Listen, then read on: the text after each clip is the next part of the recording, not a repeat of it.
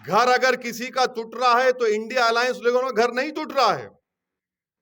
کسی کو mob lynching کی جا رہی ہے تو کسی سیکولر نیتا کے بیٹے کی ماب لنچنگ نہیں کی جا رہی ہے. کسی کی بیٹی کو تعلیم سے اگر روکا جا رہا ہے تو ان کی بیٹیوں کو نہیں، میری بیٹی کو روکا جا رہا ہے. اگر کسی کو ٹرین میں گولی ماری جا رہی ہے نام پوچھ کر تو ان کو نہیں مارا جا رہا، مجھے مارا جا رہا ہے. میرے بھائی، رسول اللہ صلی اللہ علیہ وسلم ممبر اور محراب سے اتر کر میدان کارساز میں اپنے دندان مبارک کو شہید کرائے تھے. صرف دعاؤں پر اکتفا نہیں کہ عملی میدان میں آئے تھے. اب آپ کو بھی سوچنا ہے کہ آپ کیا کریں گے. نمرود کی آگ آسمان کو چھو رہی ہے اور فرعون کا غرور اپنے عروج پر ہے. تبھی تو آپ کو مظاہرے کرنا پڑے گا. آج ہی آپ کو مظاہرے کرنا پڑے گا تاکہ آپ اور ہم جب اس دنیا سے چلے جائیں گے تو لوگ کم سے کم بولیں گے بھائی یہ لوگ پیچھے نہیں ہٹے. ہے کہ جب مسلمانوں کو ووٹ ڈالنے کا مطلب آتا ہے، معاملہ آتا ہے، تو سب بولتے ہیں کہ نہیں میاں جی کو ووٹ نہیں دے سکتے. یہ کھلی بات میں آپ سے کہہ رہا ہوں. اب سے یہ مسلمانوں ایک جنون ہے کہ ہم فرقہ پرست پارٹیوں کو ووٹ نہیں دیں گے. بہت اچھی بات ہے، مگر آپ کو یہ بھی دیکھنا ہے کہ آپ کو بھی زندہ رہنا ہے. اب ہم انڈیا الائنس میں ہم نہیں ہیں، بھاڑ میں جائے، مجھے اس کی فکر نہیں ہے، مجھے کوئی فکر نہیں ہے. اس لیے کہ بھارت کی جمہوریت، بھارت کا آئین اس وقت مضبوط ہوگا جب مسلمانوں کی ایک سیاسی آواز ہوگی، مسلمانوں کا ایک پولیٹیکل ریپرزنٹیشن ہوگا. مگر یاد رکھیے 40 سال کے بعد جب آپ کی یہ نسل جس کو جنریشن زی کہتے ہیں وہ آپ سے پوچھے گی آپ نے کیا کر کے دے دیا ہمارے کو، جب آپ کیا جواب دیں گے؟ ہم کیا کرتے؟ نہیں بس ہم کو بچا لو، آپ ہمارے گھر کو بچا لو، ہماری مسجد کو بچا لو. ارے پھر زندہ رہنے کا مقصد کیا ہے بتاؤ پھر؟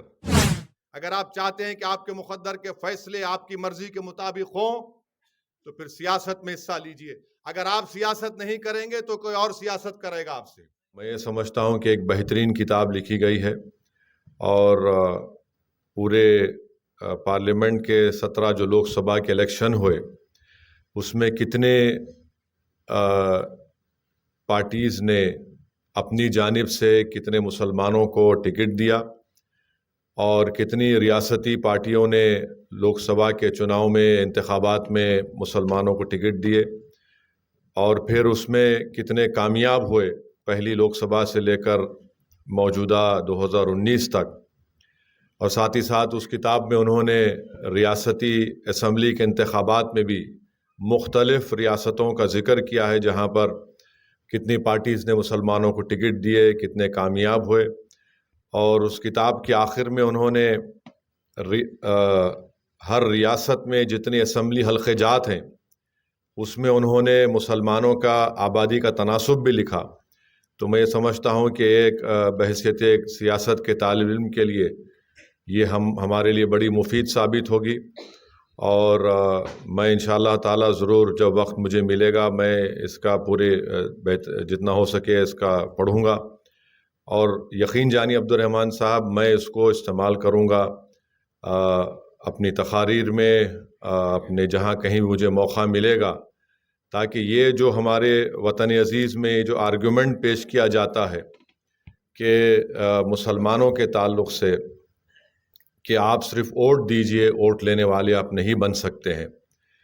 میری زندگی سیاسی زندگی جو میری اب تک رہی ہے، میں نے اپنے بچپنے میں اپنے مرحوم والد کو دیکھا، اپنے بزرگوں کو سنا، تو ظاہر ہے میرا جو اورینٹیشن ہے وہ اس بات کو قبول کرنے کے لیے تیار نہیں ہے کہ مسلمان چناؤ نہ لڑے. اور میرا ماننا یہ ہے کہ مسلمانوں کو انتخابات میں حصہ لینا ضروری ہے، چاہے وہ سرپنچ کے چناؤ ہو یا منڈل کے چناؤ ہو یا نگاہی چناؤ ہو یا میونسپل کارپوریشن کے چناؤ ہو یا اسمبلی کے ہو یا پارلیمنٹ کے ہو. اور میرا ماننا یہ ہے کہ جب تک مسلمان چناؤ نہیں لڑے گا آپ جیت بھی نہیں سکتے، اور اگر آپ کو ہار بھی ملتی ہے تو اس میں کوئی بات نہیں ہے، مگر آپ کو لڑنا ضروری ہے. اگر آپ ہار کے ڈر سے الیکشن نہیں لڑیں گے تو پھر آپ کبھی بھی نہیں جیت پائیں گے. اگر آپ کو جیتنا ہے تو آپ کو 1 میں ہی 2 بار ہارنا پڑے گا اور پھر آپ جیتیں گے بھی انشاءاللہ تعالی. اور اگر آپ نہیں بھی جیت پائیں گے تو کم سے کم آپ جو ووٹ لیتے ہیں اس سے ان تمام لوگوں کو جو یہ سمجھتے ہیں کہ مسلمان جیت نہیں سکتا، ان کو آپ بتا سکتے ہیں کہ دیکھو یہ اتنے ووٹ میں نے حاصل کی ہیں، یہ ہماری طاقت ہے۔ ابھی میں سن رہا تھا ہمارے پروفیسر منوج جہاں صاحب کو، بڑے اچھے آدمی ہیں، مگر مجھے تھوڑا ان کی رائے، میری رائے ان سے مختلف ہے۔ فرقہ پرستی کا آغاز 2014 سے نہیں شروع ہوا۔ اگر آپ وہ کتاب دیکھیں گے تو کبھی بھی 2014 سے پہلے تک مسلمانوں کو پارلیمنٹ میں ان کی آبادی کے تناسب سے اتنے ایم پی جیت کر کبھی نہیں آئے۔ جو ہائیسٹ جیتے وہ 1980 میں، اور پھر اس کے بعد 1984 میں اور 2004 میں۔ تو یہ کہنا کہ نہیں 2014 سے ہی یہ تمام چیزیں شروع ہوئی ہے، 2014 سے چیزیں شروع ہوئی ہیں، اور جو یہ کہتے ہیں وہ اس لیے کہتے ہیں کہ 1950 سے جو فرقہ پرستی ہے اس کو چھپانا چاہتے ہیں۔ جو لوگ آپ کے سامنے کہتے ہیں کہ 2014 سے ماحول خراب ہوا ہے، وہ یہ نہیں بتاتے کہ ماحول 52 میں بھی خراب تھا، 56 میں بھی خراب تھا، 62 میں بھی خراب تھا، پھر ایمرجنسی میں بھی خراب تھا، ماحول خراب ہی تھا، ماحول اچھا نہیں ہوا ہے۔ یہ اس بات کو آپ کو ماننا پڑے گا۔ اب ظاہر ہے یہاں پر بیٹھنے والے لوگ جو ان سیکولر پارٹیوں کو چاہتے ہیں، مجھے یقین ہے کہ آپ کو تکلیف ہوگی، مگر سچائی یہی ہے کہ فرقہ پرستی 1950 سے شروع ہوئی۔ فرقہ پرستی آج بھی اپنے عروج پر ہے اور کل بھی رہے گی۔ فرقہ پرستی سے مطلب کیا ہے کہ جب مسلمانوں کو ووٹ ڈالنے کا مطلب آتا ہے، معاملہ آتا ہے، تو سب بولتے ہیں کہ نہیں میاں جی کو ووٹ نہیں دے سکتے۔ یہ کھلی بات میں آپ سے کہہ رہا ہوں، یہ آپ کو ووٹ نہیں دے سکتے، مگر جب برادری کی بات آئے گی تو یقیناً سب ووٹ دیں گے۔ مگر جہاں پر مسلمان کی بات آئے گی بولیں گے نہیں ووٹ نہیں دیں گے۔ اچھا آج آپ کہیں گے پارلیمنٹ میں 4% مسلمان ایم پی ہیں، ان 4% میں 26 ایم پیز، 26 ایم پی میں صرف 2 ایم پی ایسے ہیں جو 10 یا 15% نام مسلمانوں کے ووٹر لسٹ سے جیت کر آئے ہیں۔ ایک تو تمل ناڈو میں مسلم لیگ کے ایم پی ہیں، دوسرا ہمارے انصاری بھائی تھے، افضال انصاری بھائی تھے۔ اب جتنے اس سے ہٹ کر جو 24 ایم پی جیت کر آئے ہیں، یہ سیکولر پارٹی کی مہربانی نہیں ہے، یہ 30% سے زائد مسلم ووٹر ہے تو اس لیے جیت کر آ رہے ہیں۔ تو ان کا یہ بولنا ہے کہ ہم جتائے، نہیں جتائے آپ، تو 30% کے اوپر جہاں پر ووٹر لسٹ میں مسلمانوں کی آبادی ہے، ووٹر لسٹ میں نام ہے، آپ جیت کر آتے ہیں۔ تو اس میں آپ کا بولنا ہے کہ نہیں ہم تیر مار لیے، نہیں آپ تیر نہیں مار رہے ہیں۔ اگر آپ تیر مار دے تو پھر آپ یو پی میں بی جے پی کو روک دیتے۔ اچھا دوسری بات یہ ہے کہ مسلمانوں میں ایک، جیسا بدرالدین بھائی نے کہا بالکل صحیح ہے، مسلمانوں میں ایک جنون ہے کہ ہم فرقہ پرست پارٹیوں کو ووٹ نہیں دیں گے۔ بہت اچھی بات ہے، مگر آپ کو یہ بھی دیکھنا ہے کہ آپ کو بھی زندہ رہنا ہے۔ میں نے جو سیاست سیکھی اپنے والد کے پیروں کے پاس بیٹھ کر سیکھی، اپنے بزرگوں سے سیکھی، ہم بدرالدین بھائی سے بھی سیکھتے ہیں۔ بدرالدین بھائی 2 in 1 ہے، یہ عالم دین بھی ہیں اور سیاست دان بھی ہیں۔ تو جہاں پر بدرالدین بھائی کا کام مشکل میں پڑ جاتا وہ دعا دے کے پھونک دیتے ہیں، جو میں نہیں کر سکتا، میرے پاس نہیں ہے۔ مگر آپ دیکھیں کہ یہ عالم دین ہے اور ایک پریکٹیکل عالم دین ہے، یہ اس میں پھنسے ہوئے نہیں ہیں اس ڈیبیٹ میں۔ اور بدرالدین بھائی آپ سے یہ نہیں کہہ رہے ہیں کہ پچھلے بار ان کا کانگریس سے الائنس ہوا تھا اور ان کی بدولت کانگریس کو اتنی سیٹیں ملی آسام میں، اور جب اقتدار نہیں ملا کانگریس کو تو نتیجہ آنے کے 24 گھنٹے نہیں ہوئے، میں نے اپنے کان اور آنکھ سے سنا کہ کانگریس کے لیڈر بدرالدین بھائی کو بدعا دے رہے تھے۔ یہ ان کی سیاست ہے۔ بدرالدین بھائی ہم صحیح کہہ رہا ہوں، جھوٹ تو نہیں کہہ رہا نا حضرت، ورنہ عطر کی شیشی بھی نہیں ملے گی۔ دیتے نہیں ہیں، ان سے خوشبو مانگو بولتے میں دعا دوں گا، پڑھ کے پھونک دوں گا۔ تو کانگریس نے یہ کام کیا۔ تو یہ چیز آپ کو دیکھنا ہے۔ اب ہم انڈیا الائنس میں ہم نہیں ہیں، بھاڑ میں جائے، مجھے اس کی فکر نہیں ہے، مجھے کوئی فکر نہیں ہے۔ اس لیے میں سنیے میں اس لیے کہہ رہا ہوں کہ بھائی صاحب اس میں بیٹھ کر کیا کریں گے، دم گھٹے گا۔ وہاں پر آپ آئیڈیالوجی پر بی جے پی سے مقابلہ کیوں نہیں کرنا چاہتے؟ مقابلہ کریں نا آئیڈیالوجی پر بی جے پی سے۔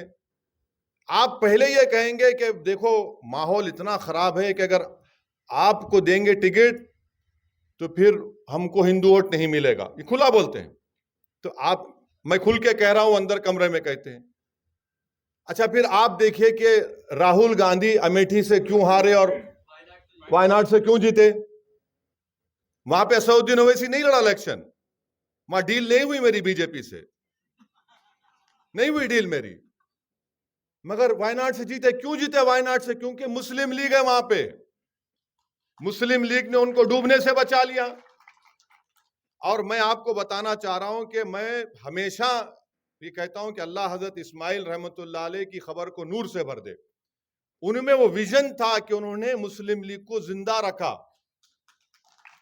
وہ کام اس کے بعد تنگل فیملی نے اس کو لے کر آگے بڑھے اور بڑی کامیابی کے ساتھ انڈین مسلم لیگ کیرل میں کام کرتی ہے.